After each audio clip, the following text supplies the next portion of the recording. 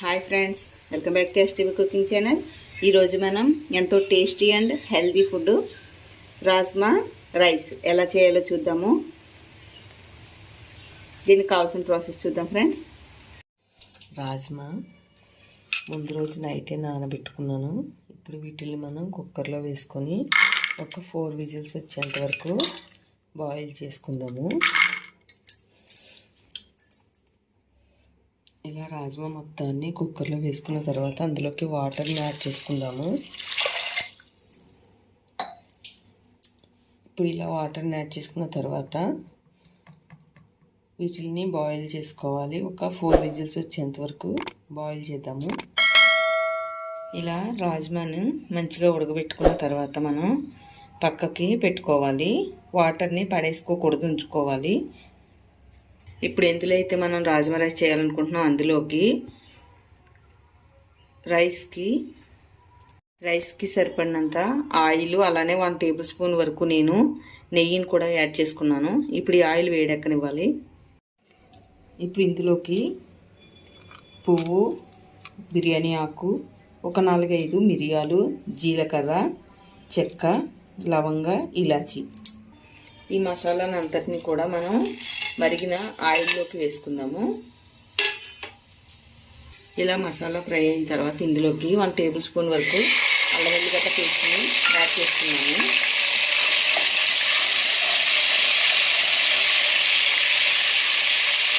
ఇది పచ్చివాసన పోయేంత వరకు వేయించుకోవాలి. ఇలా అల్లం వెల్లిగడ్డ పచ్చివాసన పోయిన తర్వాత ఇందులోకి 2 కట్ చేసుకున్న పచ్చిమిర్చిని వేసుకుంటున్నాను. అలానే ఆనియను ఇలా పొడుగ్గా చీలికల్లా చేసుకున్నాను, ఒక ఆనియను. ఇప్పుడు వీటిని కూడా మంచిగా ఫ్రై చేసుకోవాలి. ఈ ఆనియన్ తొందరగా ఫ్రై అవ్వాలంటే మనం కొంచెం పసుపుని కానీ సాల్ట్ని కానీ యాడ్ చేస్తే తొందరగా ఫ్రై అవుతాయి.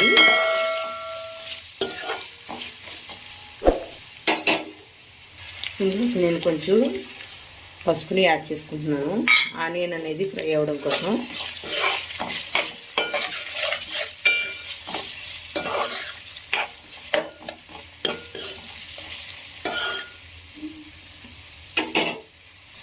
ఇలా ఆనియన్ మంచిగా ఫ్రై అయిన తర్వాత ఇప్పుడు ఇందులోకి మనం కొంచెం కొత్తిమీర, అలానే కట్ చేసుకున్న ఒక టమాటాని వేసుకొని మంచిగా సాఫ్ట్ అయ్యేంత వరకు కూడా చేసుకోవాలి. మీ దగ్గర టమాటా బాగా పండిన టమాటా ఉంటే పండింది అయితే టేస్ట్ చాలా బాగుంటుంది.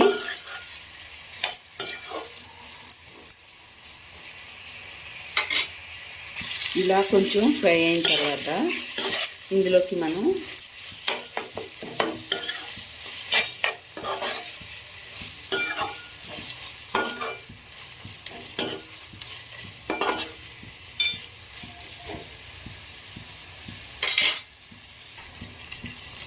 వన్ టేబుల్ స్పూన్ వరకు ధనియాల పొడి, నేనైతే 1/2 table spoon red chilli powder వేసుకున్నాను. మీరు తినే కారం బట్టి కారం అనేది వేసుకోండి. రుచికి సరిపడినంత సాల్ట్, మొత్తం అంతా కూడా ఒకసారి మంచిగా కలుపుకోవాలి.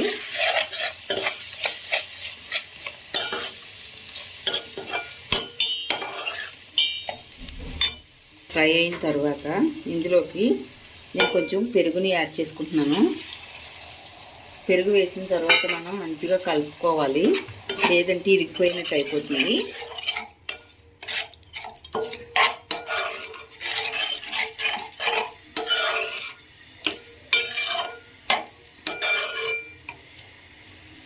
అలానే మనం ఉడికించి పక్కకు పెట్టుకున్న రాజ్మాను కూడా యాడ్ చేసుకుందాము.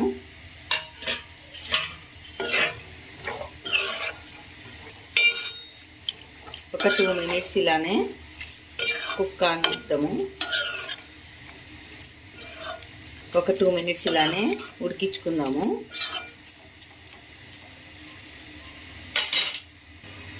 ఇందులోనే కొంచెం గరం మసాలాను కూడా యాడ్ చేసుకున్నాను.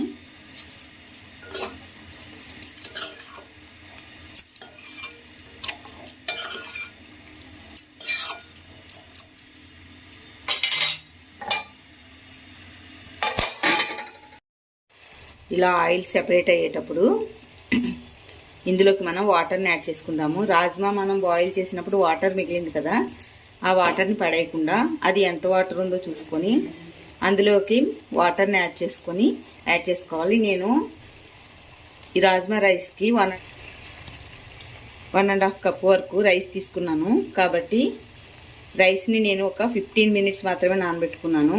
ఒక గ్లాస్కి గ్లాసున్నర వరకు వాటర్ని యాడ్ చేసుకుంటున్నాను. దాన్ని బట్టి నేను చూసుకొని వాటర్ని యాడ్ చేసుకున్నాను. అలానే మీరు కూడా రైస్ అనేది మనం ఎంతసేపు నానబెట్టామనేది చూసుకొని దాన్ని బట్టి వాటర్ని యాడ్ చేసుకోవాలి.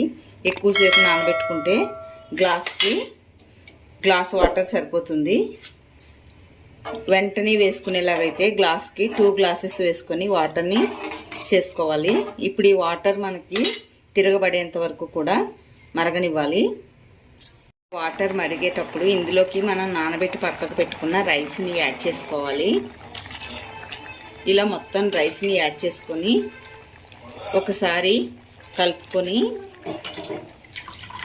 రైస్ మొత్తాన్ని యాడ్ చేసుకున్న తర్వాత ఒకసారి కలుపుకొని ఒక 2 మినిట్స్ హై ఫ్లేమ్లో ఉంచుకొని తర్వాత ఫ్లేమ్ని తగ్గించుకొని కుక్ చేసుకోవాలి.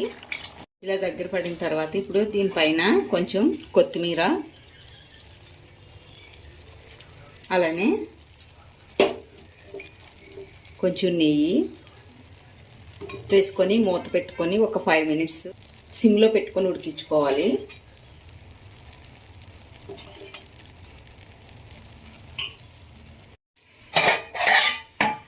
చూసారు కదా, రైస్ అనేది మంచిగా రెడీ అయిపోయింది. అంతేనండి, రాజ్మా రైస్ అనేది రెడీ. మీకు కూడా రెసిపీ నచ్చినట్లయితే కనుక లైక్ చేయండి ఫ్రెండ్స్, అలానే షేర్ చేయండి. ఇంకా ఎవరైనా మన ఛానల్ సబ్స్క్రైబ్ చేసుకోకపోతే చేసుకోండి ఫ్రెండ్స్. Thank you.